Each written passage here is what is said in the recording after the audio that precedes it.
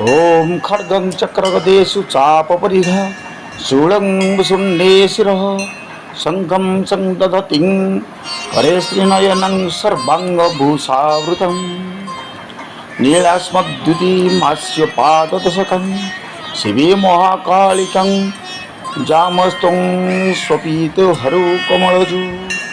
हन्तु मधुकैटवं हन्तु मधुकैटवम्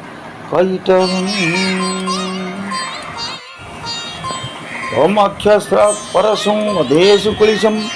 पद्मं धनुष्कुण्डिकं गन्धं शक्तिमसिं च चर्मजलजं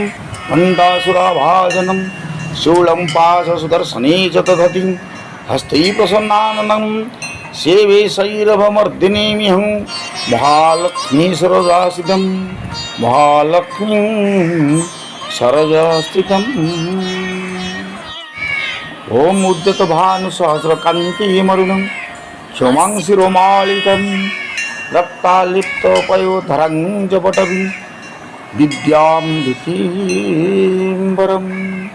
हस्ताजे दधतिं त्रिनेत्राविलसत् वक्रारविन्दश्रियं